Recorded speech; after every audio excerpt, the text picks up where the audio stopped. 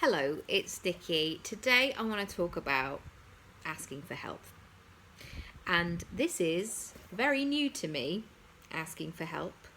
And I don't think I've really properly allowed or asked for help until I became a mum. And it was a real block for me because when I grew up, I was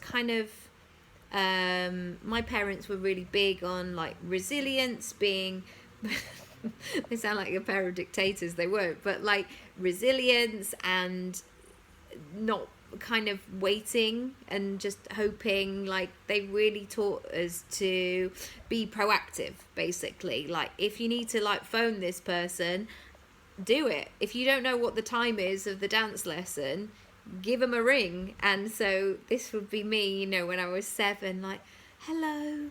And they'd be like, who is it? What? And I'd be like, oh, hello, it's Nikki Raby. Oh, where's your mum? Like, she's right next to me, but she's making me use the phone because she says it's character building. So it would be like, hi, it's Nikki Raby. I just wondered, like, what time is the thing? And even though I was so cross about it at the time because my mum was right there, I'm like, why can't you do it for me? It did make me do that. However, I've seen it kind of the opposite of that in my business in my 20s and 30s, where I wouldn't ask for help, where I would spend all day and all night, sometimes all weekends, trying to figure out a piece of technology instead of paying for support. Or I would focus on the free version.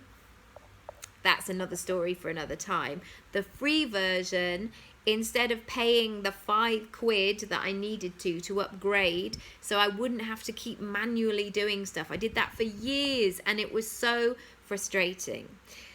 And I think this is the thing about asking for help, is when people say to you, it's not the right time, or it's too much money, or it's not a focus for me right now, or I don't think that I can do this, I always feel like there's something else behind the scenes. And I'm not going to call people out and say this is what I think it is and psychoanalyze somebody else. But I can tell you what my experience has been. Because actually, it was a long time before I got help, like proper help with my business. And there are a lot of things around that. And one of the things that used to come up for me all the time was about, I felt like it was a weakness. I felt like it was a weakness to ask for help because I should have all this figured out. And what I was trying to do should have been seemingly easy, and yet it wasn't happening. And I think from that, there was a bit of an embarrassment that I would have to go to somebody and be vulnerable and weak and show my cards in a way and say, I can't do this and I don't know why. And I think sometimes there is that real sense, especially as women, but for all of us, that isn't something that should happen. Like if we're in business and if we're going for it and reaching for the stars, that we should automatically be able to do everything. Well, like that's just never going to be the way, is it? Like we're not all born entrepreneurs. We're not all born knowing how to do this.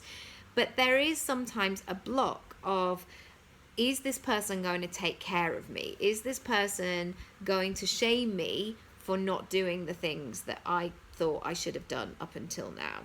Comes up all the time. It came up in a round table the other day. One of the brilliant members there is a lawyer, and she was saying so many people go, I haven't got this in place and I feel really embarrassed about it.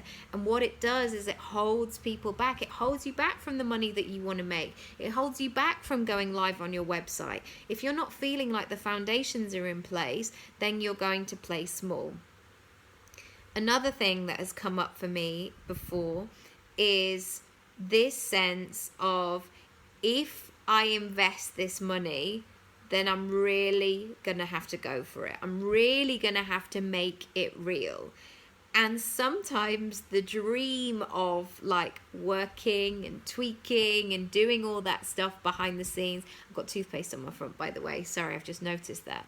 Sometimes the dream of I'm gonna do this, I'm hoping to do this, I'm planning it, like the excitement of being in those early stages is way more appealing than actually pressing send and opening yourself up for this. So I see it all the time with my clients, is that they want to talk and brainstorm and dream big and think about all the opportunities they want to bring in. But if I ask them, have you sent the email then? And they're like, oh, no, it's not ready. Don't make me do that, Nikki. That's really annoying. Don't make me press live, because actually the other bit is much more fun. So I want you to question those moments of what is really going on, and what is really going on behind your, and I'm not going to say excuses, because sometimes there is a better time. So the fact that somebody was saying to me when I was about to have my second baby, like, this is your time, Nikki, this is your time to really take your business to the next level. It wasn't. I was really hot, uncomfortable, sweaty, hormonal. That was not the right time to take my business to the next level. It was August. It was July, August last year. It was really hot. It was really hot. Big statement. But it was that I needed to focus on getting my baby daughter out into the world well. And of course, there are some times in life where there's a better time to do stuff. But sometimes there isn't. Sometimes there's just a louder story, like, oh no, don't do it now. Like, wait till January the 1st, because then you'll feel like it. Wait till you go to the next income level. Wait until you've got more than enough. Wait till the kids go to school. Wait until the summer holiday. Wait until after coronavirus. Like, it goes on and on and on. I've noticed this myself. Nothing I'm sharing today is about calling anybody else out by any means. I get it. Like, life is busy. Life is stretchy. Life is complicated sometimes. But what I'm asking you to is to pull back a layer and ask yourself, what is really going on though? Is this true? Is this true what I'm saying to myself? And if the answer is no, then ask yourself, so then what is really going on? And what do I actually need to do? Because we can all stay in this place of someday, or I'm hoping for the best, or I need a sign for the universe, or I need all of the information to happen and to be revealed to me before I make a decision. No, the decision comes by taking action. You get to know what you're like as a runner once you start running, once those trainers are on. And I use this analogy a lot with my coaching clients, is sometimes you need to get in the water and put your head under, get your shoulders in and feel that temperature. Maybe there's a bit of slime on the bottom. But there are so many people who just want to walk around the pool. Oh, I wonder if it's cold in there. Oh, yeah, it was cold last week. Oh, I heard somebody had said it was quite warm one time. And they are just chatting. They're just chatting and walking around the pool. The only way you're going to get to know that what that really feels like is like doing a bomb in, or like a big belly flop, and then coming up and going, whew. And sometimes you have that moment of like, it wasn't so bad. It was all right. But sometimes you're like, oh no, that was really painful. I'm going to go to the side. I'm going to have a pina colada and just see where we are. So that's my little message for you today. Have a think. Where do you need help? Remember, you don't need to pay for all of the things immediately, but just identify your gaps. And if you want a free 15-minute call, give me a call. Well, don't, because you don't know my number, but the details are down below. All right.